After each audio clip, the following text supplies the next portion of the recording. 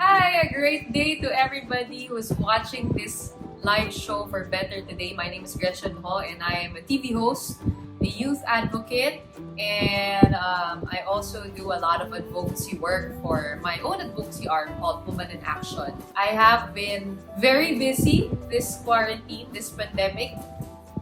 If you have heard about my project, it's called Donate a Bike, Save a Job Project, and I started it about 2 months ago. And I've been really, really busy with that. But in terms of coping with the new normal and everything that has changed with life through the past 6 to 7 months, grabe, no? Grabe talaga yung mga pinagdaanan natin. Hindi siguro naging madali para sa akin kasi I call myself the woman in action, and now we are mostly stuck at home and doing everything.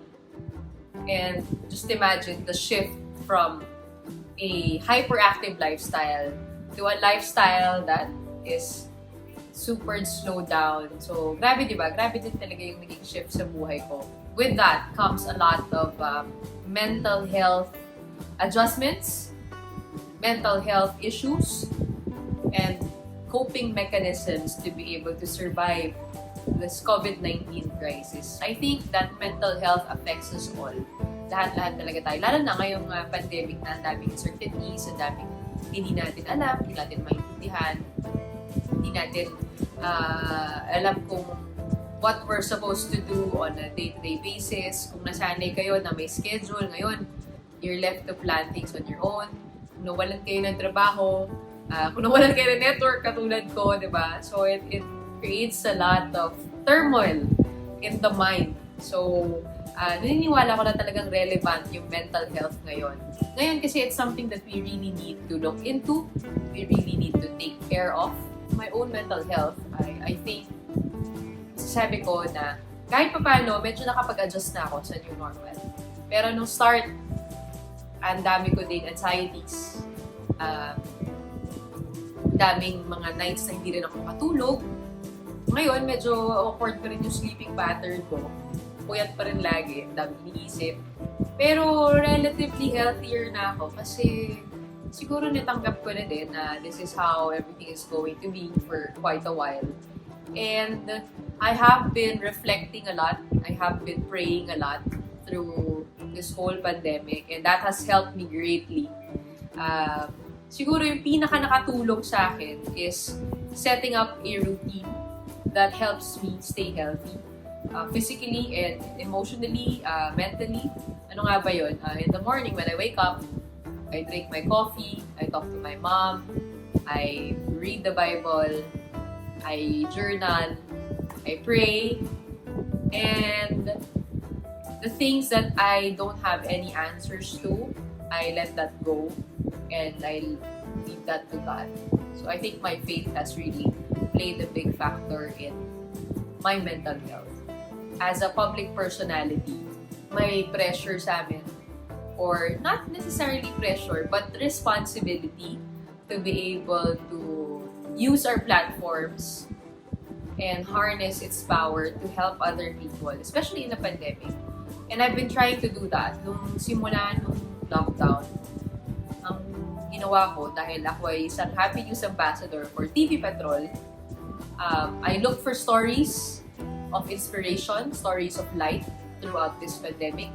And I feature that on TV, on social media, on Twitter, everywhere. I tried to spread as much good news as possible. Kasi ang dami natin nababasa na toxic, di ba? Ang dami natin bad news, parang makikita mo, may palpak dito, palpak dyan, and then may namatay dito, may ganyan. So, sobrang daming bad news. Ako, tinitry ko to be different from that, and I made it my mission to spread happy news. And I made it also my mission to amplify other people who are trying to do the same. So my goal was to really just keep people hopeful, keep their spirits afloat during a difficult time. And eventually, that evolved into my own website. It's called womaninaction.ph. And meron dun part na, bukod sa nagsusulat ako ng sarili kong articles and mga ruminations, column ko, meron din part doon where people can write their own happy news their feelings. It's a good place to release your stress and everything that you're feeling, and look at the little blessings in your life. So, yun yung isa sa mga naging project ko.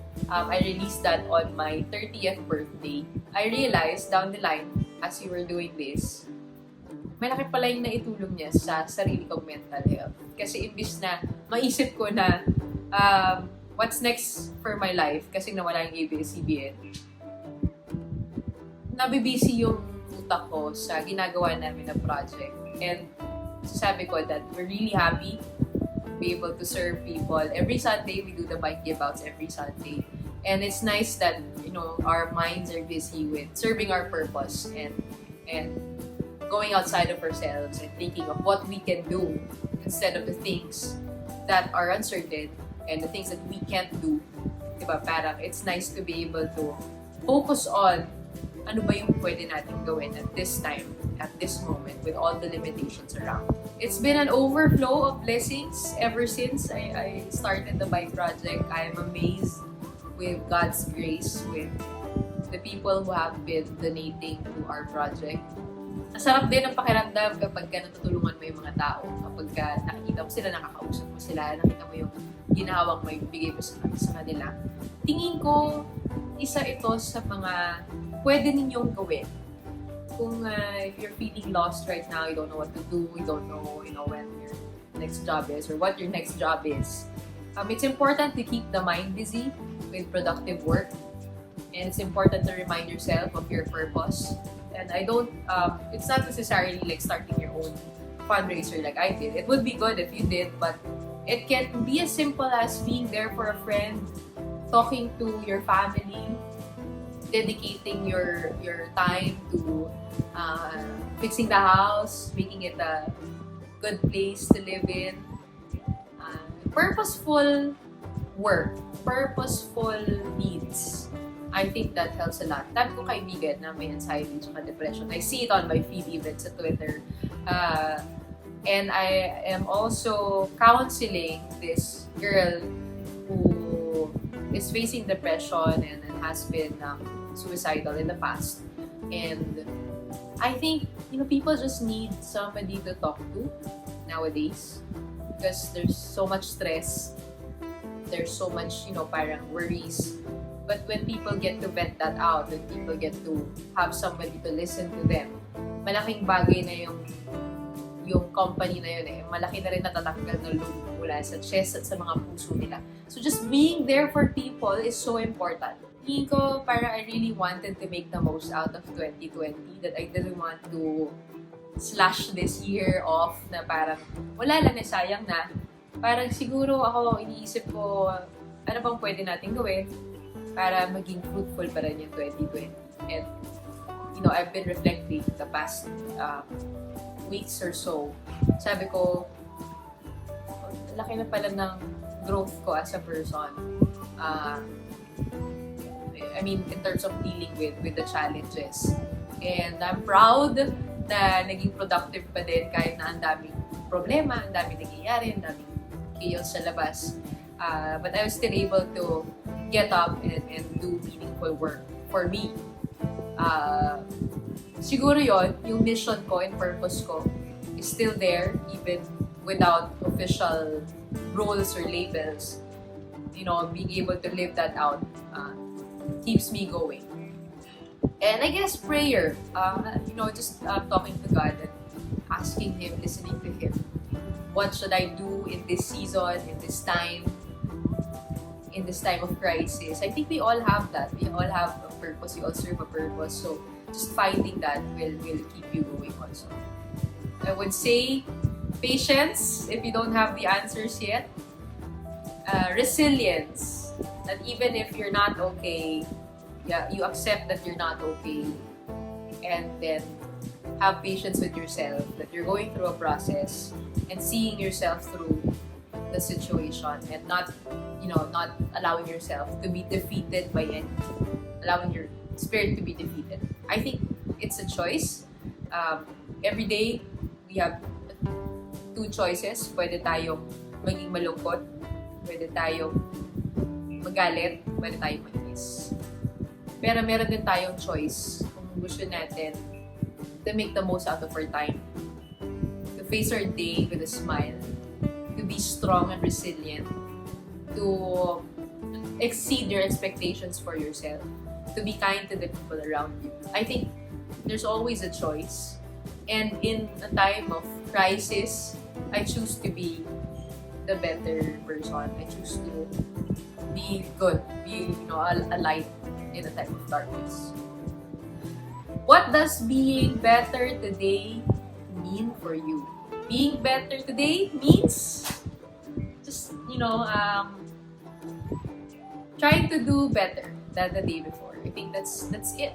As simple as that. We don't have to be perfect. We don't have to be the way we were prior to the pandemic. But just trying to be better every single day, no matter what that means for you.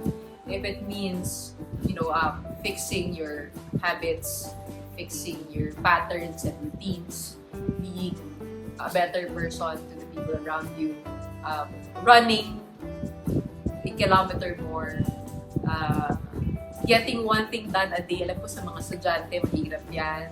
Mahirap din yung mental health issues with studying at home. But, just trying to make the most out of what we have. I think malaking bagay na yun. So, for me, better today is just being better than you were yesterday. As simple as that. No matter where you are in life, no matter what your state is, you can be better.